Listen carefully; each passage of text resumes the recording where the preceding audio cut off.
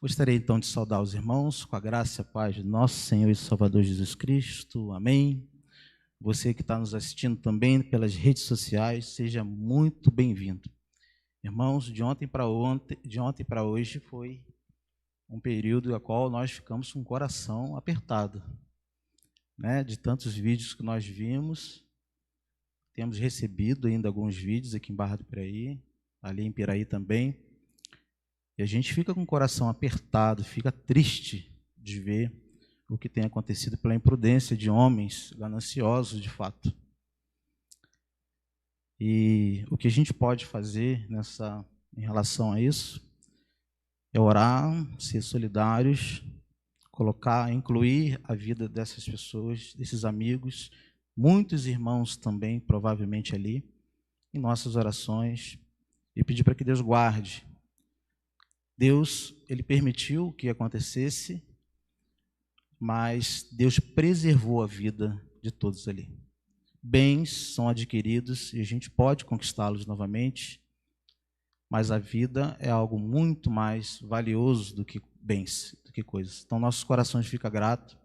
Agradeço também a nossa irmã Herodias, que ontem, a prontidão, nossa vice-presidente, tomou todas as medidas necessárias, né, para saber se tinham chego aqui. Ontem eu consegui dar uma olhada nesse rio que passava. Eu nunca tinha visto esse rio tão alto. Fiquei assustado. Mas sabemos que tudo está no controle, está nas mãos do nosso Deus. Ele que controla esse universo e Ele permite coisas por um propósito. E o propósito que Deus tem, acredito eu, que é trazer o seu povo e chamar a atenção do seu povo para a palavra dEle, nesses tempos a quais nós temos vivido de muitas dificuldades. Tempos muito difíceis nós temos vivido. Então, com isso, irmãos, esse tema desse ano, vivendo para anunciar o Salvador Jesus, nós falaremos hoje de um tema a qual o apóstolo Pedro, você pode já abrir na sua Bíblia, por gentileza, carta de Pedro, capítulo 3, alguns slides vão estar sendo projetados, mas eu gostaria que vocês, irmãos, mantessem as suas Bíblias abertas para que a gente possa acompanhar esse texto tão valioso, a qual o apóstolo Pedro traz para nós, que é uma apologética. É uma defesa que Pedro vai fazer, que tem tudo a ver também com os dias atuais.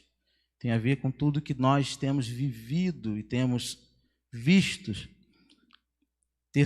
Dia 3 do começo do mês, eu tive a oportunidade de falar sobre Marcos capítulo 13, o sermão escatológico de Jesus, a qual quem estava ali pôde aprender, pôde compartilhar daquilo, sobre os sinais a quais Jesus tinha nos dado que aconteceria no final dos tempos. E hoje eu gostaria de falar, então, daria ao tema a gloriosa volta de Jesus. Eu gostaria de insistir porque o meu coração, ao longo dessa semana, ele foi me levando a esse texto, a analisar esse texto. A gente vai analisando o que vai acontecendo ao nosso redor, nas mídias sociais, na rede de televisão. Não sei se os irmãos acompanham os noticiários.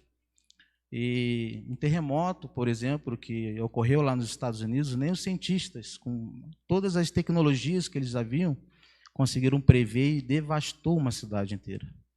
Então, está fora do controle humano as coisas que têm acontecido.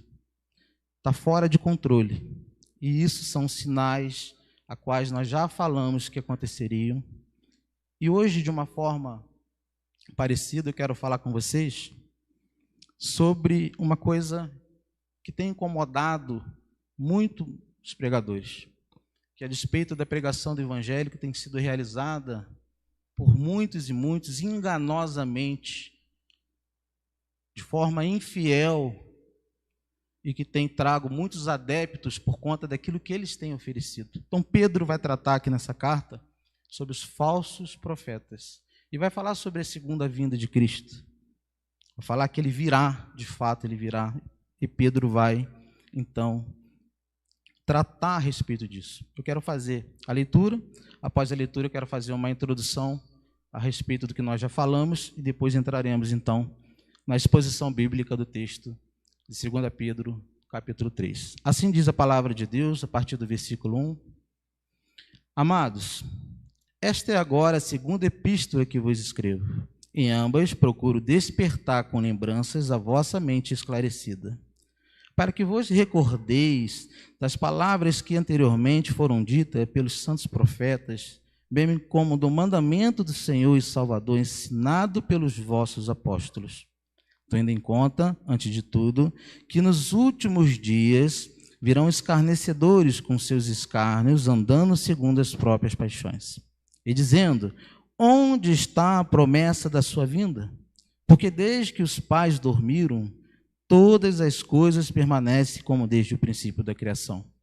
Porque, deliberadamente, esquece que de longo tempo houve céus, bem como terra, a qual surgiu da água e através da água pela palavra de Deus, pela qual veio a perecer o mundo daquele tempo afogado em águas. Ora, os céus que agora existem e a terra, pela mesma palavra, têm sido entesourados para fogo, estando reservados para o dia do juízo e destruição dos homens ímpios. Há, todavia, uma coisa, amados, que não deveis esquecer, que para o Senhor um dia é como 1000 anos, e 1000 anos como um dia. Não retarda o Senhor a sua promessa, como alguns a julgam demorada. Pelo contrário, ele é longâmino para convosco, não querendo que nenhum pereça, senão que todos cheguem ao arrependimento. Virá, entretanto, como ladrão o dia do Senhor, no qual os céus passarão com estrepitoso estrondo, e os elementos desfarão abrasados.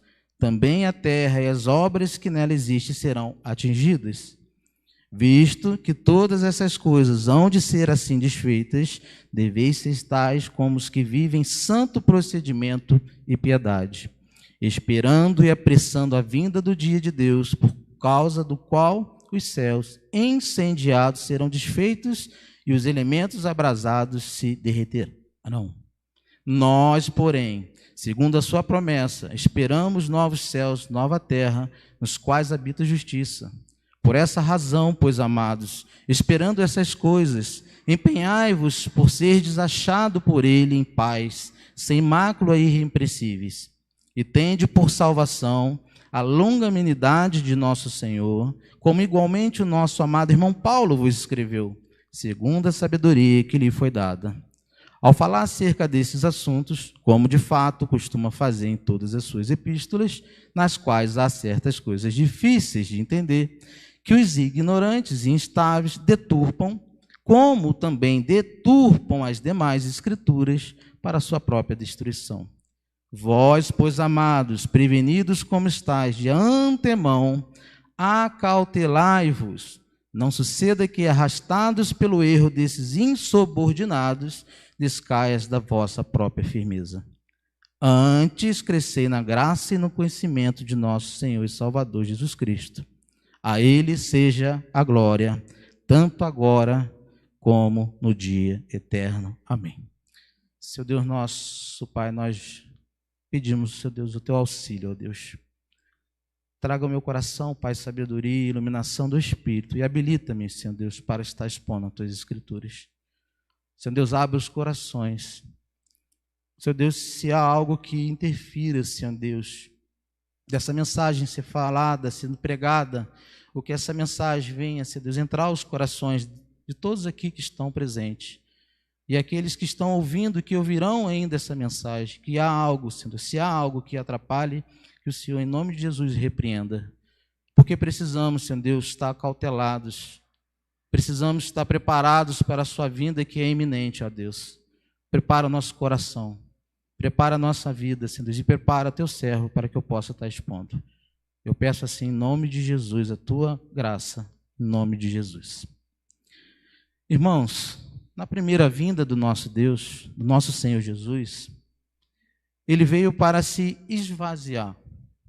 Nós sabemos disso, que ele veio, nasceu num lar extremamente humilde, num berço, na verdade, de palha, veio como um servo, veio como um cordeiro, como uma ovelha muda para morrer naquela cruz, por mim e por você. Veio para se fazer pecado por todos nós. Na sua primeira vinda, ele entrou em Jerusalém, assentado no jumentinho, e também foi humilhado naquela cruz, cuspido, surrado, preso, traído, xingado.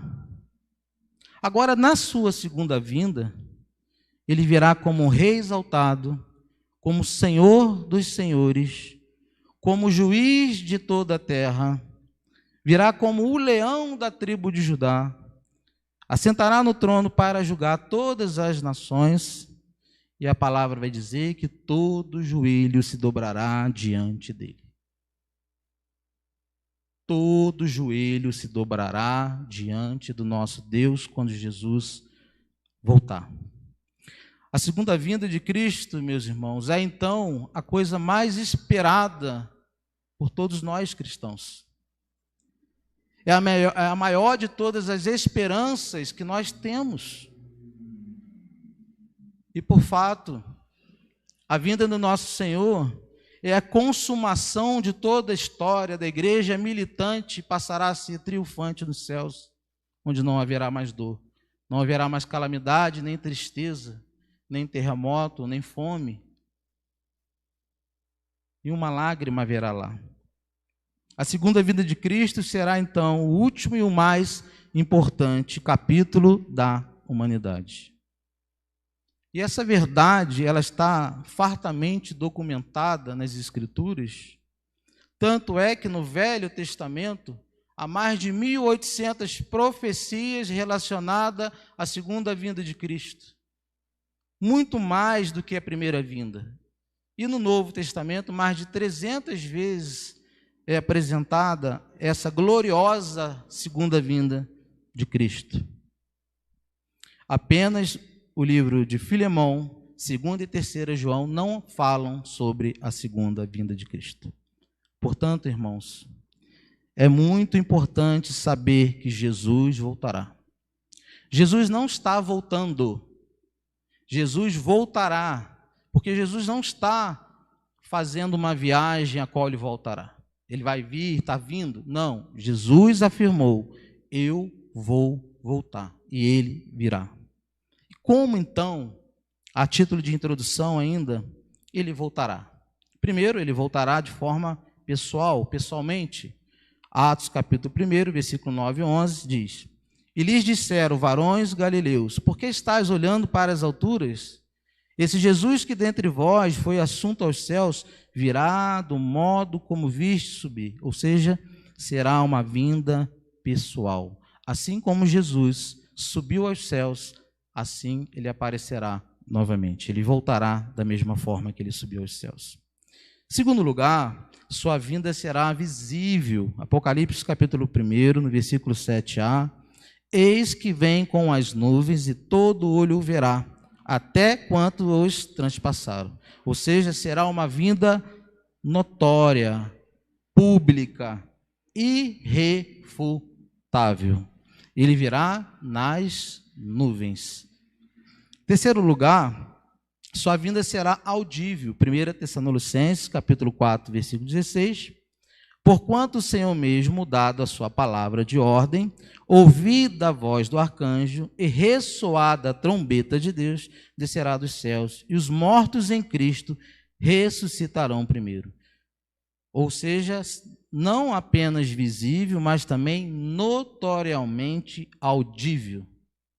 Ao soar da trombeta de Deus, Jesus virá.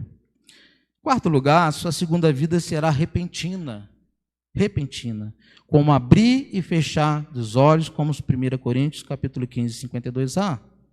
Será como um relâmpago que sai do oriente ao ocidente, Mateus 24, 27. Será com essa velocidade, não como alguns ensinam que Jesus virá rápido como relâmpago, como fechar de olhos, porque Jesus arrebatará a igreja antes da tribulação. Não, aqui quer dizer que Jesus voltará de uma forma rápida, não tirará, não tem a ver com tirar a igreja antes da hora. Mas em quinto lugar, ainda em título de introdução, sua segunda vinda será inesperada. 2 Pedro, capítulo 3, versículo 10, parte A. Virá, entretanto, como um ladrão o dia do Senhor, no qual os céus passarão com estrepitoso estrondo e os elementos lhes farão abrasados. Ou seja, será como um ladrão à noite. E eu pergunto, quem sabe quando o ladrão vai invadir a sua casa? Assim será a vinda do Senhor, como um ladrão. Pegará muitos de surpresa. Será um dia ao dia qual nós não estivermos preparados, guardando, dormindo, com foco em outras coisas. Vai ser assim. Assim como os dias de Noé se davam em casamentos. Vai ser um dia normal. Mas Jesus voltará como um ladrão, vai pegar muita gente desatento.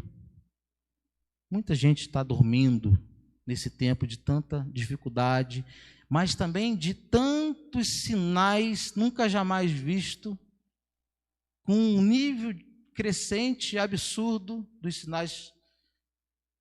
Eu nunca vi, por exemplo, esse rio aqui tão cheio. Irmãos, 42 anos. Eu nunca vi esse rio tão cheio, nunca vi. Eu nunca vi a ciência com tanta profundidade e crescimento, não consegui enxergar ou avisar que haveria aqueles terremotos ali, furacões ali nos Estados Unidos, nunca. É como se Deus tivesse exatamente pausado ali ou omitido ali naquele momento e permitido acontecer. Por que que precisa acontecer? Às vezes a gente acha que a gente tem que segurar, que a gente tem que, na verdade, frear os sinais, mas a gente esquece que os sinais vão acontecer. Não há possibilidade nenhuma de nós frearmos os sinais de Jesus. Até porque nós veremos, quando entrarmos no texto, de fato, que nós, na verdade, podemos atrapalhar a segunda vinda de Cristo. Atrapalhar a segunda vinda de Cristo. Vai ser um dia comum, como qualquer dia. Nós sabemos quando o ladrão vai nos roubar? Não sabemos. Então nós precisamos ficar atentos. Mas em sexto lugar, a segunda vinda será majestosa e gloriosa, Mateus 25, 31. Quando vier o Filho do Homem na sua majestade, todos os anjos com ele, então se assentará no trono da sua glória. Então, a segunda vinda de Cristo será de forma gloriosa e majestade. E com isso ele não será então mais o nosso advogado. Porque hoje nós temos um advogado, mas na sua segunda vinda ele virá como juiz. Ele não vai ser mais advogado, ele vai vir para juízo, como juiz. Não será mais um cordeiro, mas sim um leão. Virá não para perdoar, mas para julgar. Será dia de glória para os salvos e dias de horror para os perdidos. Todos os povos da terra lamentarão nesse dia. Será dia de luz e dias de trevas, de riso e de choro. Será dia de alegria para uns e dia de remorsos para outros. Mas para nós haverá novo céu, haverá nova terra, haverá nova Jerusalém, reinaremos com ele para todo sempre, louvado seja o nome do nosso Deus. Apocalipse 21, versículo 1 e versículo 2. Entretanto, irmãos, essa doutrina da segunda vinda de Cristo, ela tem sido atacada. Ela já era atacada no período a qual Pedro escreve. Essa apologética é uma defesa contra aqueles que não acreditavam na vinda de Cristo, na segunda vinda de Cristo. Eles deturpavam o evangelho. Então, essa doutrina da segunda vinda tem sido atacada. E qual é o papel da igreja, o papel dos líderes, dos pregadores, o papel de todo crente? Defender as Escrituras. Defender o que é verdadeiro, o que é a verdade. E aqui Pedro estava tendo um problema, e esses que estavam atacando o Evangelho e a doutrina sobre a segunda vinda de Cristo eram os ímpios, os judeus ímpios. Eles não gostavam dessa verdade, que Jesus voltaria. Por que eles não gostavam? Porque essa verdade diz que a história da humanidade não está na mão dos homens, mas sim nas mãos do nosso Senhor.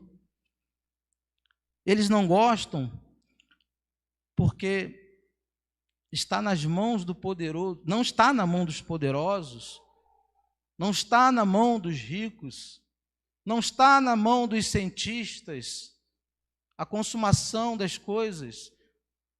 Embora o homem corrupto causa danos, não está nas mãos dos seres humanos conseguir lidar com tragédias que são sinais que precisam se cumprir. Elas acontecem por permissão, mas são necessárias que aconteçam, porque se não acontecer, Jesus não virá. Então eles não gostam dessa verdade. Não gostam. Então Pedro vai tratar desse assunto. E eu peço que os irmãos, a partir desse momento, analisem comigo os versículos que serão citados. Verso 1. Amados, esta é agora a segunda epístola. Pedro já estava escrevendo a segunda epístola. Que vos escrevo em ambas, procuro, despertar com lembrança as vossas mentes esclarecidas. Era a segunda epístola, ele quer lembrar, despertar as lembranças, as vossas mentes esclarecidas. Com isso, Pedro nos ensina que, em primeiro lugar, não venha para a igreja achando que você vai ouvir coisas novas. Porque você não vai ouvir coisas novas na igreja. Essa mensagem precisa ser pregada, assim como toda a Bíblia, de Gênesis a Apocalipse, precisa exatamente ser pregada. Essas verdades, as quais às vezes nós não ensinamos ou não pregamos, precisam urgentemente ser pregadas. Trazer ao despertamento da igreja, trazer a lembrança da vossa mente esclarecida. E aqui na igreja nós vamos de fato estar recordando aquilo que já sabemos, alimentando aquilo que nós conhecemos, e vamos repetindo verdades até que vocês aprendam, até que todos nós aprendemos. E Pedro vai nos informar no versículo 2, para que vos recordeis das palavras que anteriormente foram ditas pelos santos profetas. Cerca de 1.800 profecias a respeito da segunda vinda de Cristo. Olha, ele manda a gente recordar que isso não era coisa nova, isso era coisa que já era prevista, já era falado lá pelos profetas, bem como dos mandamentos do Senhor. O próprio Jesus falou sobre a sua vinda e Salvador, ensinando pelos vossos apóstolos. Os apóstolos também ensinaram sobre a segunda vinda, e nós devemos também ensinar sobre a segunda vinda. Não só ensinar, mas exortar a igreja para que a igreja desperte. A igreja está morna. Eu brinquei com os irmãos que chegaram lá atrás hoje, quando foi ferir ali a temperatura, né, irmãos? Eu falei, irmão, pode ser frio e pode ser quente, mas morno não seja. Então nós precisamos. Então o que ele está dizendo? Ele está dizendo que essa doutrina da segunda vinda não é nova. Ele manda a gente recordar que ele não está inventando isso. Ele manda lembrar dos profetas. Olha para os profetas. Lembra que os profetas falaram mais da segunda vinda de Cristo? Os profetas falaram mais da segunda do que a primeira vinda de Cristo. E ele também fala do ensinamento do Senhor dos apóstolos. Lembra também do sermão profético de Jesus em Marcos capítulo 13, em Mateus capítulo 24 e Mateus capítulo 25? 24, 25, onde ele diz que quando lhe perguntado, quando essas coisas aconteceriam, que sinal virá da sua vinda? E ele diz que em Mateus 24, 25, preste atenção, eu estou lhe dizendo tudo isso antes que aconteça. Ou seja, nós fomos avisados. Haverá rumores de guerra, guerras se levantarão, nação se levantará contra nação, haverá fome, terremotos, devido ao aumento da maldade, o amor de muitos esfriará. Quantos estão com amor frio? Esfriaram? Quantos estão frios, desanimados na fé? E este evangelho do reino será pregado em todo o mundo como testemunho a todas as nações. Preste atenção, irmãos. E, tem uma vírgula, então virá o fim. Às vezes a gente lê o capítulo ou o versículo direto, esquece da pontuação, esquece das regras gramaticais e da vírgula, que é muito importante. E este evangelho do reino será pregado em todo o mundo como testemunho a todas as nações, na minha tradução, vírgula, e então virá o fim. Mateus 24, 14. O que Pedro quer dizer aqui é que há uma unidade das Escrituras. E ele quer defender para que nós não venhamos aceitar aquilo que os judeus que se infiltraram na igreja, os falsos profetas, os mestres que ensinavam a despeito, ao contrário das Escrituras, negando as Escrituras, falando contra a segunda vinda, que Jesus voltaria a nada, onde está a promessa que aconteceria. Ele quer ensinar que nós nunca devemos aceitar a ideia de que o Deus lá do Velho Testamento é um e que o Deus do Novo Testamento é outro. Não existe distinção. Nós temos um Deus triuno. São 3 pessoas distintas, ambas em qualidade 100% Deus. Não vou entrar na questão da Trindade. Mas nós temos um Deus triuno. Ele é o mesmo ontem, hoje, eternamente será o mesmo. E Deus tem feito muitas das coisas a quais nós vimos lá atrás, porque Ele é o mesmo. Não é o fato da graça, que há amor, que a gente venha excluir a justiça de Deus. E Deus tem usado da justiça, tem usado dos sinais, tem usado para despertar e chacoalhar a sua igreja, para que sua igreja acorde para pregar o Evangelho. Veja comigo o versículo 3, por gentileza, o porquê os ímpios não gostam dessa mensagem. Por que os ímpios detestam essa mensagem? Verso 3. Tendo em conta, antes de tudo, que nos últimos dias virão escarnecedores com seus escárnios, andando segundo as próprias paixões. A primeira coisa que Pedro está dizendo aqui é que os falsos mestres virão quando? Nos últimos dias. Os últimos dias são o que vivemos agora? Não, os últimos dias se inaugurou quando Jesus subiu aos céus e ele só terminará quando Jesus voltar. Então nós já estamos nos últimos dias. Acredito eu que nós estamos no fim dos últimos dias. Por isso, o crescimento da iniquidade, os escárnios, escarnecedores. E esses últimos dias são, de fato, então, o que nós estamos vivendo hoje. Quando nós falamos dos últimos dias, esse é um termo que a Bíblia usa de forma teológica para falar de um tempo. Então, esse dia não é uma geração, não é um tempo específico, é, de fato, o intervalo entre a primeira e a segunda, e nós estamos experimentando todos os sinais. Nós já estamos nos últimos dias.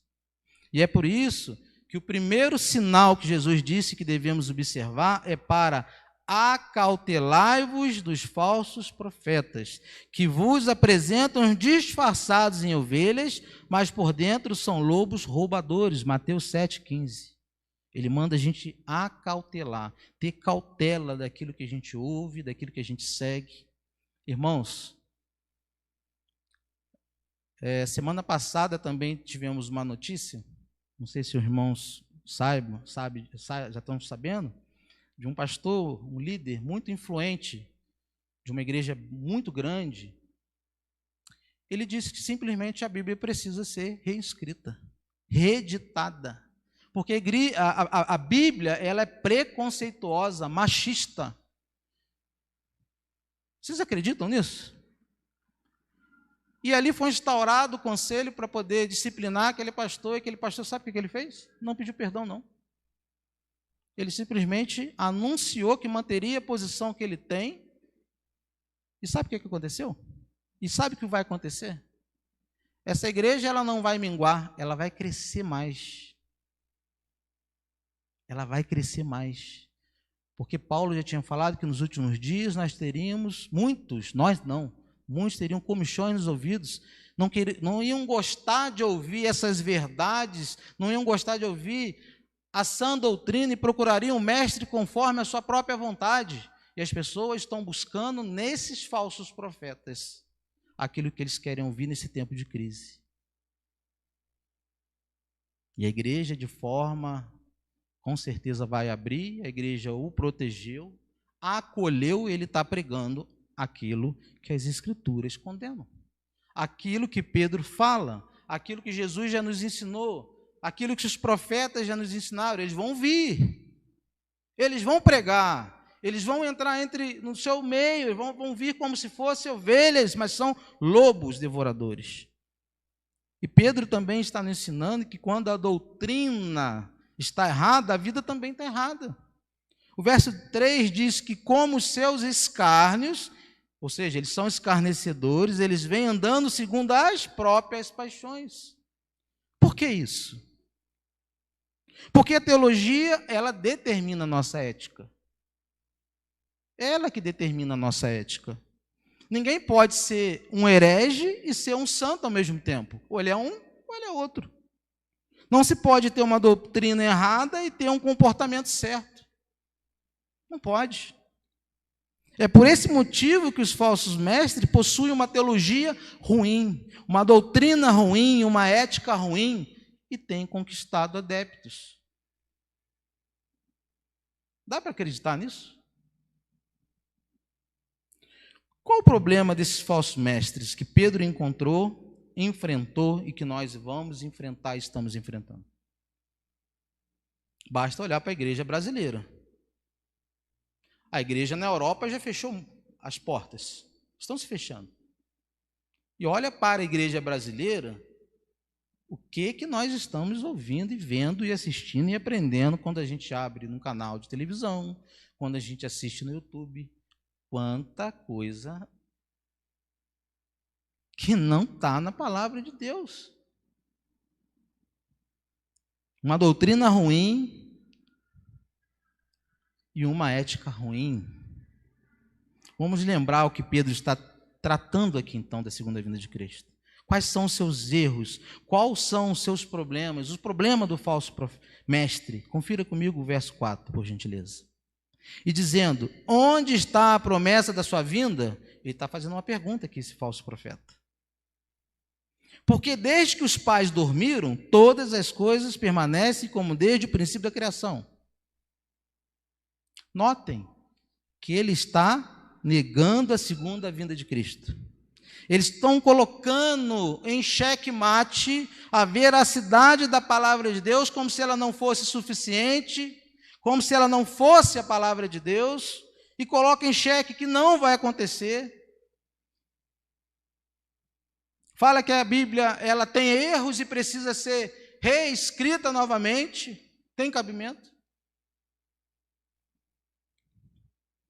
Eles mudam a palavra de Deus dizendo que são vazias, que não são dignas de confiança, porque não têm comprovações científicas para falar que A, B, C na Bíblia é correto. Mentira! A ciência ela evoluiu a um ponto tão grande que ela tem endossado o que a Bíblia fala. A arqueologia tem crescido e tem comprovado que lá em Daniel, lá no tempo no Velho Testamento, já falava.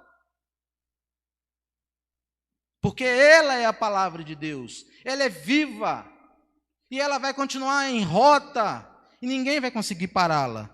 Não adianta querer reescrever, adaptar, achar, não adianta. Ela é a palavra de Deus. Já tentaram destruir ela muitas e muitas e milhares de vezes, mas ela permanece fiel e viva no nosso meio, porque a palavra de Deus, ela é o próprio Cristo. Ela é a própria boca de Deus falando conosco. E ele disse que céus e terra passarão, mas as minhas palavras permanecerão. Percebe que os falsos mestres estão fazendo a leitura errada das Escrituras e estão fazendo a leitura errada da história. E como Pedro vai encarar esses falsos mestres? Veja comigo o verso 5. Porque deliberadamente esquecem que de longo tempo houve céus bem como terra, a qual surgiu da água e através da água pela palavra de Deus. Note que os falsos mestres não têm esquecimento por falta de memória. Eles rejeitam a verdade, escondem a verdade, porque eles não querem mudar a sua própria conduta. Então o falso mestre, ele sabe o que está fazendo. Ele não tem esquecimento daquilo, da palavra de Deus. Ele faz porque ele não tem moral, não tem ética, sua teologia é ruim, e ele vai ensinar. E muitos vão ser enganados. E muitos estão sendo enganados. Preste atenção nisso, meus irmãos. Quando uma pessoa vive uma vida errada, ou ela se arrepende, ou ela muda a teologia dela. Sabe como que funciona na prática? Quando você prega a palavra de Deus para arrependimento, ou uma pessoa se arrepende, ou ela muda de igreja. Ela procura uma teologia mais paliável.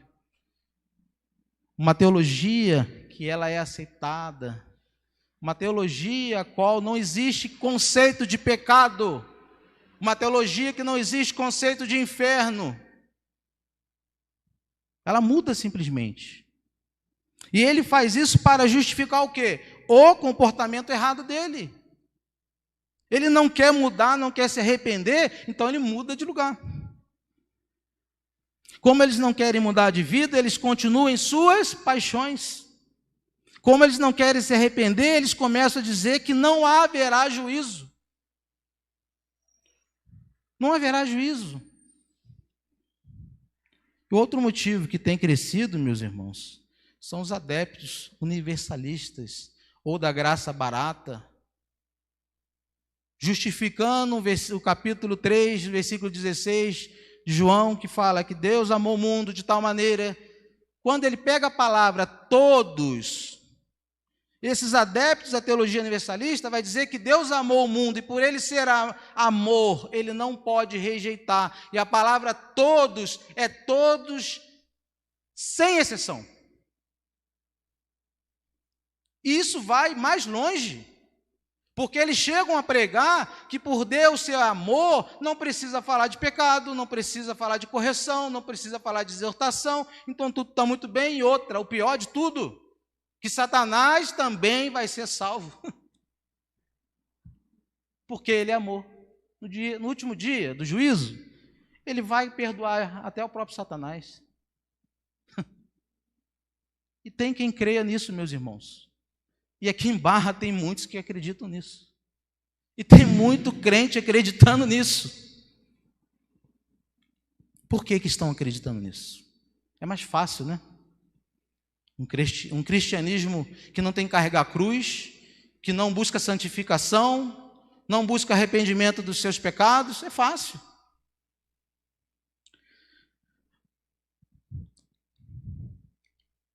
Ainda no verso 5, Pedro vai dizer que eles também possuem um esquecimento deliberado, ou seja, eles não são honestos intelectualmente. O problema deles é de forma moral. E qual argumento Pedro vai usar para refutar esses argumentos? Pedro vai citar duas coisas. Primeiro, Pedro vai dizer que esse mundo foi criado pelo poder da palavra de Deus. É o primeiro argumento. O segundo argumento, no verso 7, ora, os céus que agora existem, a terra, pela mesma palavra, citando a criação, citando o dilúvio, têm sido entesourados para fogo, estando reservados para o dia do juízo e destruição dos homens ímpios. Ele diz que esse mundo que já foi julgado pelo dilúvio, pela palavra de Deus, agora será julgado pelo fogo novamente. Agora vai ser pelo fogo. Pelo mesmo poder da palavra, esse mundo será julgado novamente na segunda vinda de Cristo. Pedro dá um checkmate aqui nos falsos profetas. Checkmate. Vocês estão dizendo que a palavra de Deus não é confiável? Que Jesus não vai voltar novamente? Que não haverá juízo novamente? Sabe de uma coisa? O mundo foi criado pela palavra de Deus. O mundo foi julgado no dilúvio pela palavra de Deus. E o mundo será julgado no juízo final pela palavra de Deus. Irmãos, a palavra de Deus ela é eterna, poderosa, é viva. Pode até os homens discordarem. Pode até alguns se levantarem, os críticos, ateus, agnósticos e tantos outros aí, questionarem o Evangelho. Podem até questionarem o Evangelho, mas a palavra de Deus seguirá sua marcha. Ninguém pode destruir a palavra de Deus. Crendo ou não crendo, saiba que um dia você estará de joelhos perante ao tribunal de Cristo e prestará conta a Ele de tudo que você ouviu e não praticou e não viveu. Não há como ter desculpas que não ouviu o Evangelho. Não há desculpa. Então vamos entender agora o que Pedro vai nos ensinar ainda no verso 7. Ora, os céus que agora existem e a terra, pela mesma palavra, têm sido entesourados para fogo. Se o primeiro juízo foi em água, agora o segundo juízo será pelo fogo. Fogo. Agora chama a sua atenção para o verso 10 e o verso 12. Virá, entretanto, como ladrão o dia do Senhor, no qual os céus passarão como um estrepitoso estrondo, e os elementos se desfarão abrasados. Também a terra e as obras que nela existem serão atingidas. Agora o verso 12. Esperando e apressando a vinda do dia de Deus, por causa do qual os céus incendiados serão desfeitos e os elementos abrasados se derreterão. Irmãos, por mais fantasiosa que seja a imagem ou a mente do ser humano, eu creio que não exista nada, nem Hollywood, que consiga retratar o que esse versículo está dizendo.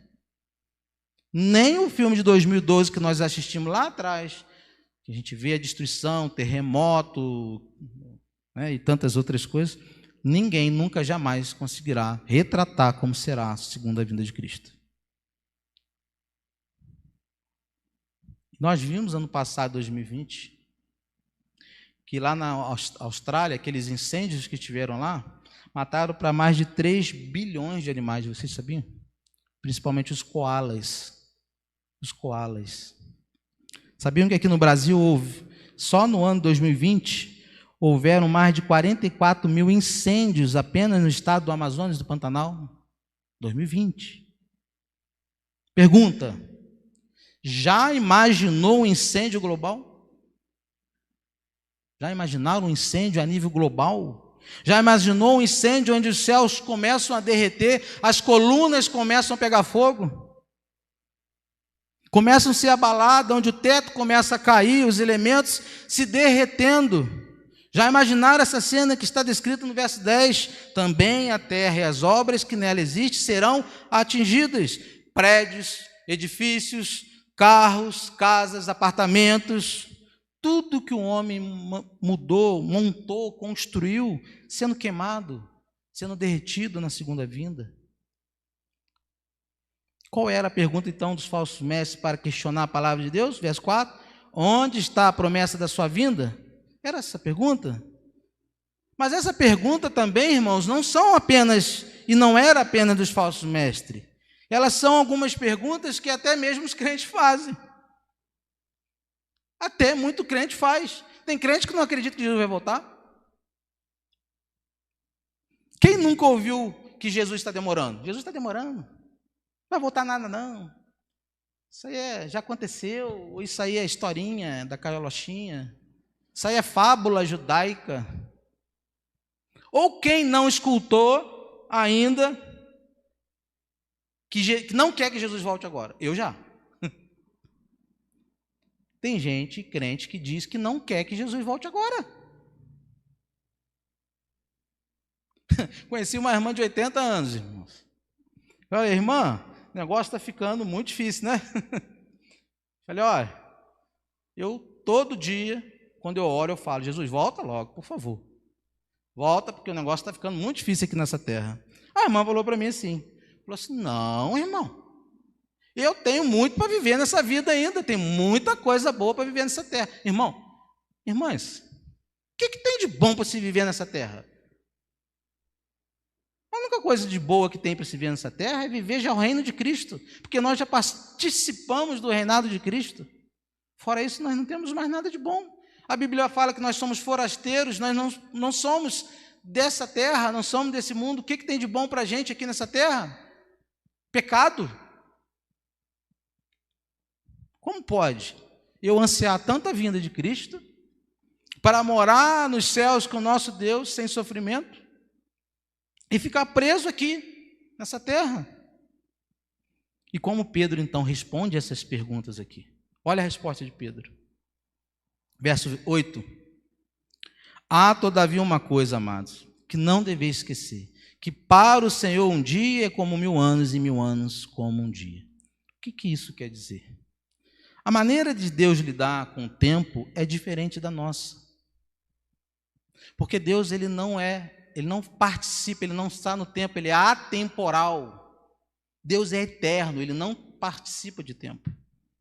Nós, seres humanos, conseguimos entender o que é passado, presente e futuro. Deus não tem passado, presente nem futuro, porque ele é eterno. Deus é eterno. E tem um livro muito interessante, quem gosta aí de filosofia, de Aristóteles, tem um livro chamado Categorias. É um livro muito difícil realmente de entender, de se compreender. Ele diz em seu livro que o homem entende o que é tempo, espaço, substância e quantidade. Mas o homem não entende o que é eternidade. Eu estava falando com jovens hoje. O homem, o ser humano, não sabe o que é eternidade.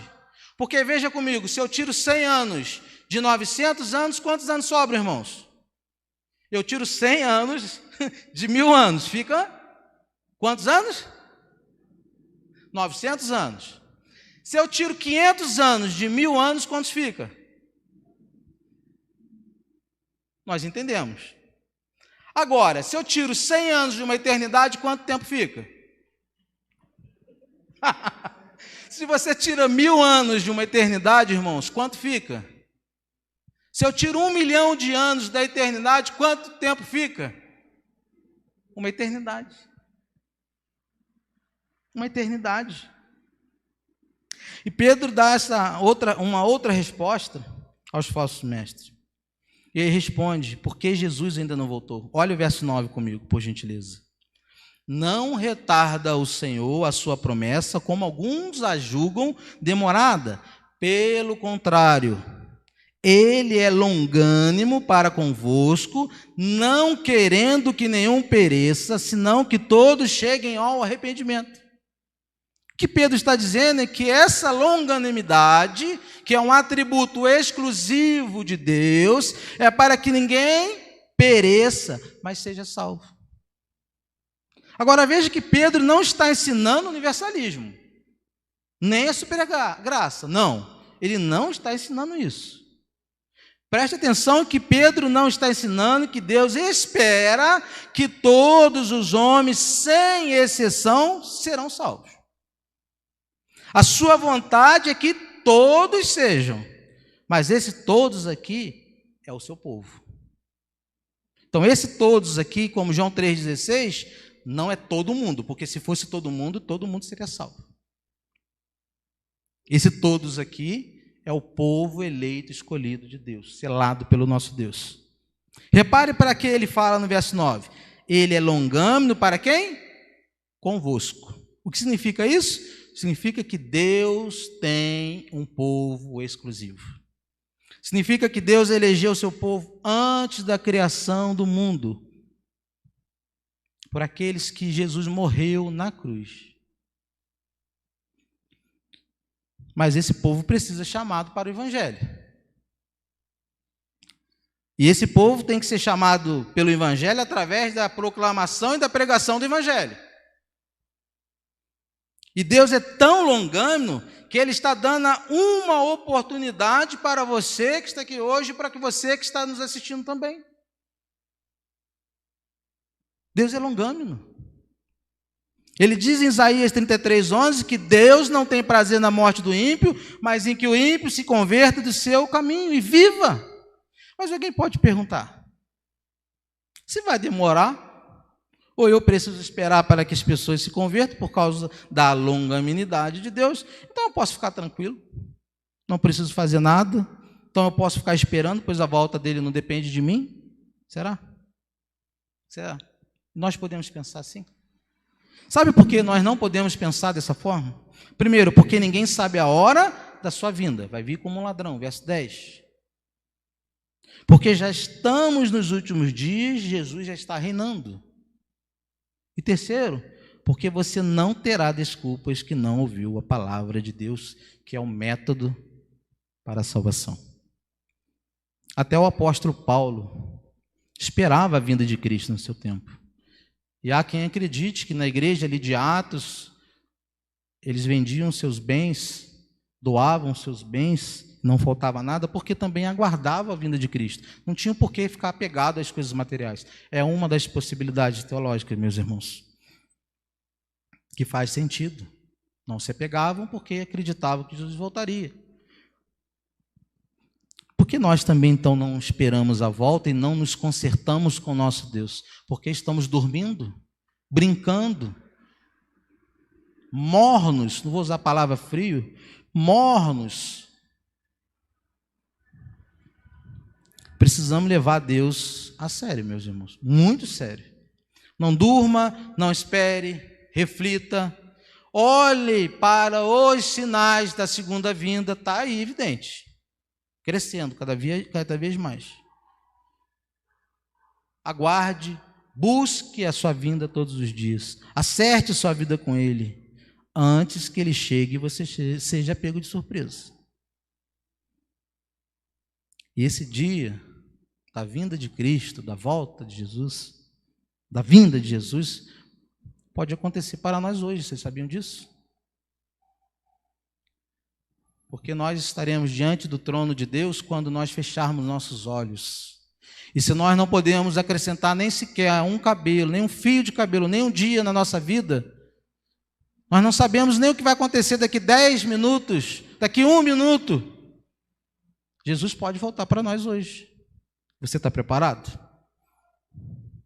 Você que tem nos assistido. Você está preparado? Ou você está dormindo? O dia de consertar a sua vida é hoje. É agora. Pois bem, se Pedro tratou da forma de como Jesus virá, agora no verso 10b ele fala sobre o efeito da sua segunda vinda. Verso 10b, também a terra e as obras que nela existem serão atingidas. Vamos refletir. Onde você está concentrando a sua riqueza? Onde você está juntando os seus tesouros? Por que eu estou perguntando isso? Porque se você focar em tudo que você tem e onde você coloca, se você juntar suas riquezas aqui nessa terra, sabe o que vai acontecer? Você está juntando para o fogo. Os elementos se desfarão abrasados. Vale a pena? Ajuntar tesouro nessa terra, guardar tudo aqui, se será queimado, deixado para trás? Sua casa, seu carro, seu apartamento, seu dinheiro, tudo vai virar churrasquinho, queimadinho. E Jesus nos ensinou a juntar tesouro onde? Mateus 6, 19, 21. Não acumuleis para vós outros tesouros sobre a terra, onde a traça e a ferrugem corroem, onde ladrões escavam e roubam. Mas ajuntai para vós outros tesouros no céu, onde traça nem ferrugem corrói, e onde ladrões não escavam nem roubam, porque onde está o teu tesouro, aí estará também o teu coração. E no céu, irmãos, não tem ladrão, não tem ferrugem, não tem traça, não tem fogo para consumir. Lá o seu tesouro será eterno. É uma boa hora para a gente repensar. Será que estou investindo no céu ou apenas nas coisas materiais? E agora Pedro vai mostrar a consumação de todas as coisas, versículo 11 ao 14. Primeiro lugar, já quase que terminando, meus irmãos. Primeiro lugar, as consequências de sua vinda. Verso 11, visto que todas essas coisas hão de ser assim desfeitas, deveis ser tais como os que vivem santo procedimento e piedade. O que Pedro está dizendo aqui é que, se eu creio que Jesus vai voltar, isso precisa mudar a forma que eu penso e que eu vivo. Eu preciso mudar nas questões morais, éticas da minha vida. Conduta, doutrina andam juntas. Pois se ele vai voltar, eu preciso viver em procedimento e piedade. Segundo lugar, Pedro vai dizer que precisamos aguardar a volta do Senhor Jesus, verso 12. Verso 12, esperando e apressando a vinda do dia de Deus, por causa do qual os céus incendiados serão desfeitos e os elementos abrasados se derreterão. A ideia de esperar aqui é esperar nas pontas dos pés. É como se eu estivesse olhando por cima de um muro, com a expectativa, aguardando a volta de Cristo, que será iminente. Essa é a ideia de esperar aqui. Gritando, Maranata, a hora vem, Senhor Jesus. E um grande pregador, chamado John Wesley, uma vez foi lhe perguntado, John Wesley, o que você gostaria de estar fazendo quando Jesus voltar? Olha que pergunta. É óbvio que ele ia responder dessa forma. Eu gostaria de estar fazendo as mesmas coisas que eu faço todos os dias, aguardando Jesus voltar. E essa deve ser a nossa posição, a nossa postura, irmãos. Aguardar com grande expectativa a volta do Senhor. Aguardar. Agora, em terceiro lugar, no verso 12 ainda, não apenas aguardar a sua vinda, mas precisamos apressar a vinda de Cristo. Opa! Verso 12, esperando e apressando a vinda do dia de Deus. Você pode estar se perguntando assim, como assim apressar a vinda de Cristo? Porque a Bíblia diz que apenas o Pai sabe, nem os anjos sabem o dia, mas como que eu posso apressar a vinda de Cristo? Como eu posso apressar a vinda do nosso Senhor Jesus? Só existe uma forma de apressar essa vinda. É falando de Cristo. É pregando o Evangelho. Para aqueles que Deus, com paciência, está aguardando serem alcançados pela graça. É por isso que a Bíblia diz em Mateus 24:14, e será pregado este evangelho do reino por todo o mundo, para testemunho a todas as nações. Então virá o fim. Você quer apressar a vinda de Cristo? Pregue o evangelho.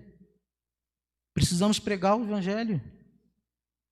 Existe um número de selados, já predestinados, eleitos por Deus antes da fundação do mundo. Agora, onde estão esses eleitos?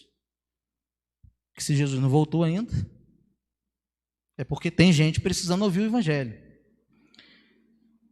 Quando Jesus abre o quinto selo lá em Apocalipse, capítulo 6, versículo 10 e o versículo 11, que está escrito assim, eles exclamavam com grande voz, até quando, ó soberano santo e verdadeiro, esperarás para julgar os que habitam em toda a terra e vingar o nosso sangue? Aqui são os mártires mortos. João tendo a visão, vendo os mortos, os mártires mortos. E eles reclamando para o ancião ali. Então, para cada um deles foi entregue uma vestidura branca e foi-lhes orientado que aguardasse ainda um pouco mais, até que se completasse o número dos seus irmãos, que como eles foram servos e que da mesma forma também deveriam ser mortos. então ainda existe um número a ser fechado, até que Jesus venha. Agora, eu faço 3 perguntas muito importantes, dentro do contexto disso. Se existe um número, Romanos 10, versículo 14 e 15, 3 perguntas. Como, porém, invocarão aqueles em que não creram?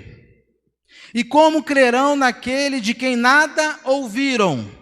E como ouvirão se não há quem pregue? E como pregarão se não forem enviados? Está aqui a resposta. Se a gente não envia, ninguém ouve. Se a gente não prega, ninguém ouve. Estou falando da pregação verdadeira do Evangelho, tá, irmãos? Porque você pregar doce, mel, aí, isso aí não traz ninguém à conversão, não. Só enche igreja. Só tem número. Só tem número. Quando pega um pregador e vem, pum, exorta a igreja, mete o pé, não volta mais. Deus admoesta aquele que Ele ama, aquele que Ele tem como filho. Deus tem preparado o seu povo, tem exortado o seu povo. Deus não vai ficar dando mel para a gente, não. Deus não vai ficar dando leitinho para nós, como Paulo disse.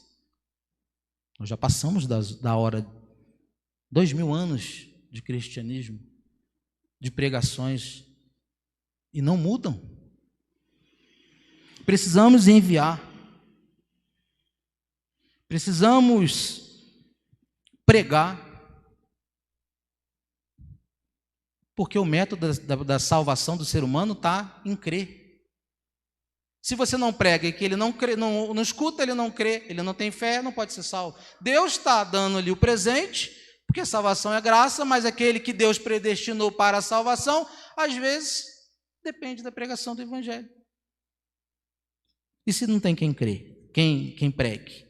E se a gente não enviar quem pregue, como que eles vão escutar? Jesus só virá quando todos os eleitos ouvirem a palavra. Então nós podemos retardar sim a volta de nosso Deus. Se nós nos omitimos, nós vamos viver aqui nesse tempo debaixo de muitas aflições. Precisamos pregar o Evangelho, irmãos. 4º lugar, confira comigo o verso 13. Nós, porém, segundo a sua promessa, esperamos novos céus e nova terra, nos quais habita a justiça. Pedro diz que nós quem aqui? Nós que esperamos. Nós quem? Os salvos, os eleitos. Por que ele faz questão de dizer nós? Apocalipse 6, 15 e 17. Olha por que ele faz questão de dizer nós que esperamos. Ele diz: os reis da terra, os grandes, os comandantes, os ricos, os poderosos e todo escravo e todo livre se esconderão nas cavernas e nos penhascos dos montes. E disseram aos montes e aos rochedos: cai sobre nós, e escondemos da face daquele que se assenta no trono da ira do Cordeiro, porque chegou o grande dia da ira deles, e quem é que pode sustentar? Ou seja, aqui está falando do período da grande tribulação, que haverá não de forma literal, um grupo de pessoas que não vão crer e não vão aceitar e não vão ouvir, vão inclusive pedir para morrer, mas não vão se arrepender. Então existe um número sim. Existe céu, irmãos, mas existe inferno. É muito sério. Aqui é claro que haverá salvos e não salvos, arrependidos e não arrependidos. Mas precisamos continuar pregando, porque nós não sabemos quem é e quem não é. Eu gostaria de encerrar aplicando 4 verdades nesse texto. Primeira aplicação de Pedro, um grande pregador, não apenas prega verdades, mas aplica a verdade. Verso 14: por essa razão, pois, amados, esperando essas coisas, empenhai-vos por ser achados por ele em paz, sem mácula e irrepreensíveis.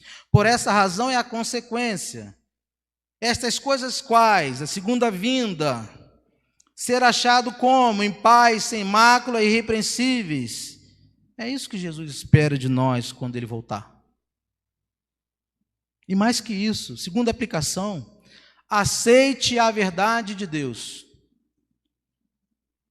Olha que Pedro escreve aqui no verso 16: as suas epístolas, nas quais há certas coisas difíceis de entender, que os ignorantes e instáveis deturpam, falando dos falsos, como também deturpam as demais escrituras para a própria destruição deles. Olha só, Pedro está citando aqui o apóstolo Paulo.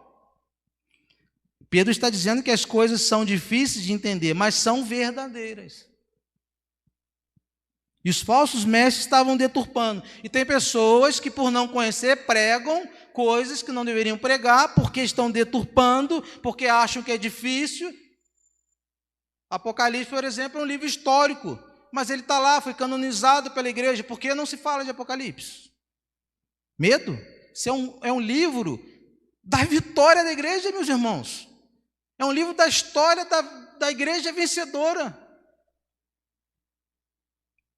E às vezes as pessoas pregam, ensinam coisas que não são verdadeiras. Pedro vai dizer que os ignorantes deturpam as escrituras. Quanta teoria de conspiração nesses nossos dias. Eu perguntei para um rapaz que falava, conhece o canal do fulano de tal, o canal de fulano de não sei o quê, falou que Jesus vai voltar em 2023, 2024, porque tem uma conta que se faz lá, que a figueira é Jerusalém, que ela floresceu no ano quando foi incluída lá como nação, e aí se fizermos a conta da última geração, não vai passar desse ano, Jesus vai voltar. Espera aí, Jesus não falou para ninguém. Ninguém sabe o dia e a hora, ele deu sinais. Mas tem pessoas que vivem atrás de teoria da conspiração. Aí me pergunta, olha isso aqui, irmão, olha esse vídeo aqui. E aí eu pergunto basicamente uma coisa. Quanto tempo você passou assistindo o vídeo? Quanto tempo você passou lendo a Bíblia hoje? Essa semana? Esse mês? Eles calam. Ficam atrás de conspirações, ao invés de estarem lendo a palavra de Deus. Buscando iluminação do texto bíblico. Na prática, ele está estimulando todos nós a aprenderem dele.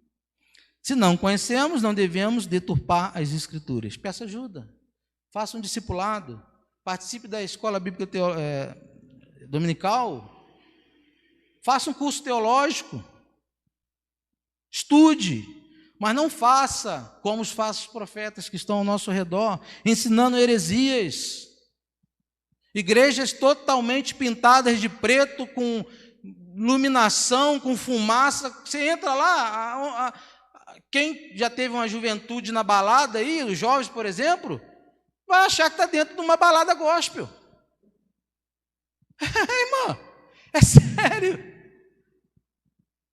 Vai achar que está numa balada gospel, ou seja, a igreja está se adaptando ao mundo.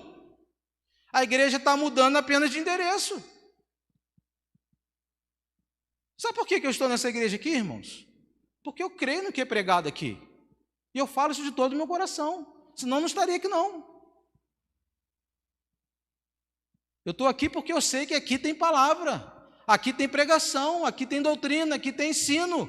E a igreja do Senhor não mudou, assim deverá continuar.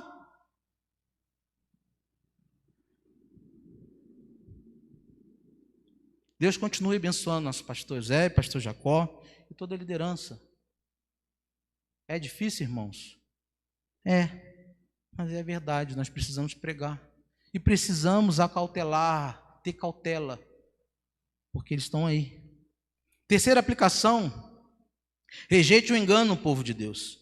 Vós, pois, verso 17, amados, prevenidos como estáis de antemão, acautelai-vos. Não suceda que, arrastados pelo erro desses insubordinados, descais da vossa própria firmeza. Pedro exorta o povo de Deus, acautelai-vos, eles são insubordinados, pessoas que não se submetem a Deus. Eu tenho uma visão que é o seguinte, quando um líder deixa de se submeter a Deus, eu deixo de obedecê-lo. Mas aí fala, mas Saul, rei Davi, ele falou assim, podia ter matado o rei Saul, falou assim, eu não vou me submeter a ele não, porque ele ainda é o rei, não poderia matar ele. Algumas pessoas usam desse argumento, não, ele é ungido do Senhor. Deixa eu falar uma coisa, Davi era Davi, Saul era Saul, nós somos nós. Antigamente, quem era ungido eram os reis, eram os profetas. eram boca de Deus. Agora, todos nós aqui somos o templo do Espírito Santo de Deus e somos ungidos pelo Espírito Santo. Não há mais um ungidão do Senhor que nem nós vemos aí fora. Então, quando um homem de Deus deixa de ser subordinado a Deus, de obedecer a Deus, a gente não obedece a Ele. Pedro ensina a gente a cautelar, ter cautela desses ensinamentos. Pare de ouvir gente tola, pare de ouvir gente que coloca a data na vinda de Cristo. Olha só, pare de ouvir esses insubordinados a Cristo, são falsos profetas, faça distinção. Pare de ouvir essa teologia do coach. Irmãos, teologia do coach. Igrejas viraram empresas. Palestrantes que ganham uma fortuna para vir aqui falar de Jesus. É só prosperidade, vida boa, tudo para você, você é o centro do universo. Espera aí, você não é o centro do universo, não. Nós não somos o centro do universo, não. Jesus não veio porque nós éramos especiais, não.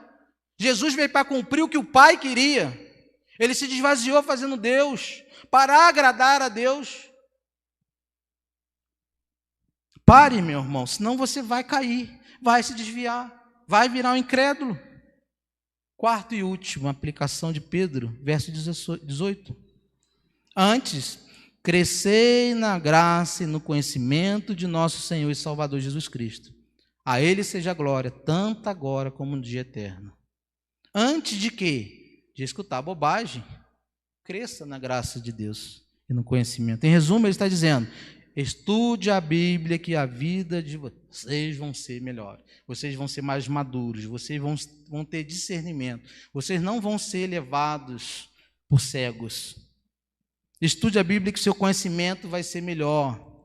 Estude a Bíblia, que você será mais forte, cheio de graça de Deus. E como ele vai terminar a carta? A Ele seja a glória, tanto agora como no dia eterno. Amém. Irmãos, que Deus nos ajude. Que o Senhor nos ajude para que quando Ele vier, a hora que Ele vier, nós estejamos preparados, prontos, ansiosos, não ansiosos para o dia de amanhã, não se preocupando com o dia de amanhã, mas ansiosos pela sua vinda e trabalhar na sua glória pregando o Evangelho. Que nós sejamos pegos assim, preparados, prontos, ansiosos pela sua vinda e trabalhando para a glória de Deus. Talvez você tenha um vizinho, talvez você tenha um amigo de colégio, de trabalho, talvez você que está nos assistindo e vai assistir ainda esse culto. Você está preparado? Você tem aguardado a vinda de Cristo? Você está desviado, está fraco? Repense. Repense, porque o nosso Senhor não está voltando, Ele virá. Amém, irmãos? Para terminarmos, tem essa palavra que está escrita em aramaico, é uma das poucas palavras no Novo Testamento que é escrita em aramaico. É a palavra Maranatá. Maranatá, que significa Maranata, vem Senhor Jesus. Isso é o que eu anseio todos os dias da minha vida. Venha, Senhor Jesus. Todos os dias eu devo ansiar e nós devemos ansiar. E eu gostaria de pedir aos irmãos, que os irmãos, com um brado forte, repetissem comigo: Maranata, vem Senhor Jesus. Eu repito, eu falo e os irmãos repitam: Maranata, vem Senhor Jesus. Maranata, vem Senhor Jesus. Amém, que assim seja feito. Senhor Deus, nós louvamos e engrandecemos novamente o nome do Senhor. Senhor Deus, muito obrigado por essa palavra, Senhor Deus, essa exortação aos nossos corações, e que ela produza fruto, ó Deus, nos nossos corações e daqueles que estão ouvindo, que estão nos seus lares. Que nós possamos, Senhor Deus, acordar, estarmos preparados, Senhor Deus, mediante aos sinais a quais nós temos visto. Nós possamos, Senhor Deus, proclamar o Seu Evangelho, pregar a Tua palavra, Senhor Deus, aos necessitados, ó Deus. Pai, nos capacita, Senhor. Tua igreja, Senhor, tem passado por dificuldades, friezas espirituais. Muitos não conseguem mais ter comunhão uns com os outros. Outros se sentem excluídos, Senhor. Outros se sentem, Senhor Deus, rejeitados, Pai. Outros estão se sentindo, Senhor Deus, angustiados, traídos, frustrados com a própria igreja que promete essa falsa pregação, ó Deus, misturada, diluída. Estão frustrados porque creem, colocam a sua fé em coisas que não deveriam, Pai. Tenha misericórdia do teu povo e fortaleça essa igreja, ó Deus, para que o teu servo cresça cada dia mais em graça e em conhecimento, para que a sua igreja esteja preparada, Senhor Deus, dias após dias, ó Deus, para aguardar a sua gloriosa e majestosa vinda, ó Deus. Que cada um aqui saia com seu coração alegre, Senhor Deus, capacitado pelo teu Espírito, ó Deus, para falar desse evangelho glorioso que é a vinda de Cristo. Esse evangelho que nós aguardamos todos os dias das nossas vidas. Esteja com o teu povo, Deus. Que possamos ter missionários em campos, evangelistas pregando o teu evangelho. Tire de nós o medo de falar, Senhor Deus, dessas verdades, ó Deus. Porque tão somente através da tua palavra é que eles vão crer. Fortaleça a vida dessa igreja, do nosso pastor. Fortaleça, Senhor Deus, a vida da sua família, a família de cada um que está aqui. Aquele que ainda não creu, Senhor Deus, em Jesus, não recebeu como Senhor e único Salvador, suficiente, que ele possa crer, ó Deus. Abra o coração, Senhor Deus, dessa pessoa. Quebre esse coração, Senhor Deus, que é de pedra, faça novamente de carne. Abra os ouvidos para que esse evangelho entre no seu coração. Cria em nós um coração, Senhor Deus, grato e feliz pelo amor e pela salvação nos concedida. E que esse amor, ó Deus, venha a ser refletido, Senhor Deus, para aqueles que estão nos observando lá fora. Esteja também com esse povo, nossos irmãos, nossos amigos que sofreram nessa enchente, nessa Barra do Piraí. Ó Pai, dê condições para que eles recomecem. E que o Senhor possa trazê-los, Senhor Deus, para o teu caminho. Através desses sinais, nós te louvamos, engrandecemos o teu santo nome, colocamos, Senhor Deus, a nossa vida nas tuas mãos, porque sabemos que do Senhor, do controle desse universo está na mão do Senhor. Por isso nós te pedimos, crendo que o Senhor fará muito melhor do que nós podemos fazer. Nós oramos em nome do Senhor Jesus. Amém. Que o amor de Deus Pai, a graça maravilhosa do nosso Senhor e Salvador Jesus Cristo e as doces consolações eternas do Espírito Santo de Deus esteja sobre todo o povo de Deus, hoje e para sempre, até que o Senhor Jesus volte eternamente por glória e majestade. Amém e amém. Irmãos, obrigado vocês que estiveram aqui presencialmente. Quero agradecer a vocês que estiveram assistindo de forma online. Nosso culto está terminando, mas a irmã Herodias, após o culto, vai dar uma palavra com a igreja. Então, eu peço por gentileza que os irmãos continuem no templo. Muito obrigado. Deus abençoe.